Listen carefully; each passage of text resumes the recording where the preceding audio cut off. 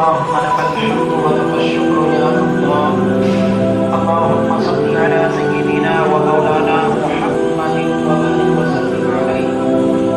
اللهم اغفر لنا ولوالدينا ولجميع المؤمنين والمؤمنات والمسلمين والمسلمات. ربنا آتنا في الدنيا حسنة وفي الآخرة حسنة وقنا عذاب النار. اللهم أعنا على ذكرك وشكرك وحسن عبادتك. اللهم فقهنا في الدين وعلمنا القرآن الحكيم. اللهم يا حي يا قيوم برحمتك نستغيث.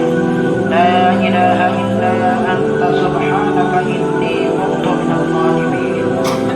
یا اللہ ہم سب کے گناہوں کو معاف فرما. یا اللہ ہم سب کے والدین کی مغفرت فرما. ہم سب کے تمام اساتذہ کرام کی مغفرت فرما. پوری امت مسلمہ کی مغفرت فرما.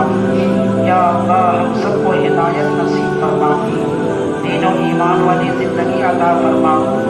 دین پر ایمان پر مرتے دم تک ثابت قدمی عطا فرما. یا اللہ اپنے نیک بندوں جیسا ہمیں بھی ایمان و یقین عطا فرما. اپنے نیک بندوں کی طرح اطاعت و بندگی کی بھی توفیق عطا فرما. یا اللہ ہمیں دونوں جہاں کی بھلائیاں عطا فرما.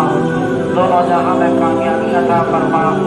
یا اللہ ہم سب کو علم و عمل کے لیے قبول فرما. یا اللہ ہمیں دینی علوم عطا فرما. دینی علوم کی تحصیل ہمارے لیے ہر طرح سے آسان فرما. ساری رکاوٹیں دور فرما. ساری ضرورتیں پوری فرما. ہمارے ادارے کی حفاظت فرما. ہر قسم کے شرور و فتن سے، ہر طرح کی بلیات سے، مشکلات سے، مالی تنگیوں سے محفوظ فرما. یا اللہ ہمارے ادارے کی چھوٹی بڑی تمام تر ضرورتوں کو پورا فرما. یا اللہ اپنے بڑے خزانے سے ہمارے مدرسے کی ساری ضرورتوں کی کفالت فرما. یا اللہ جو حضرات ہمارے مدرسے کا تعاون کرتے ہیں، جس لائن سے بھی وہ تعاون کرتے ہوں، سبھی کے تعاون کرنے کو قبول فرما.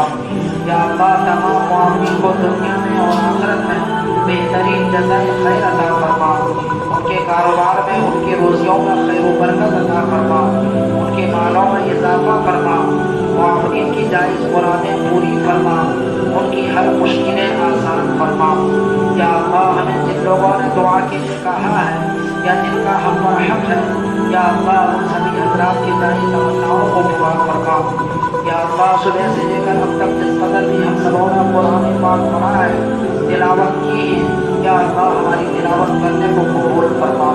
اور ان تلاوت کردہ قرآن پاک کا اجر و ثواب سب سے پہلے حضور پاک علیہ السلام کی خدمت مبارکہ میں بطور ہدیہ پیش فرما. آپ علیہ السلام کے بعد تمام صحابہ کرام کو، تمام اولیاء کرام کو، تمام علماء دین کو، امت مسلمہ مرحومہ کی ایک فرد کی روحوں کو بخش فرما. یا اللہ ان کی قبر کو جنت کے باغوں میں کا ایک باغ بنا دے اور جہنم کا گڈھا بننے سے ان کی پوری پوری حفاظت فرما. یا اللہ ان کی مغفرت فرما اور ان کے لیے جنت کا فیصلہ فرما.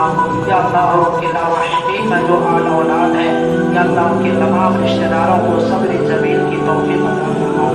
ربنا تقبل منا انك انت السميع العليم وتب علينا انك انت التواب الرحيم.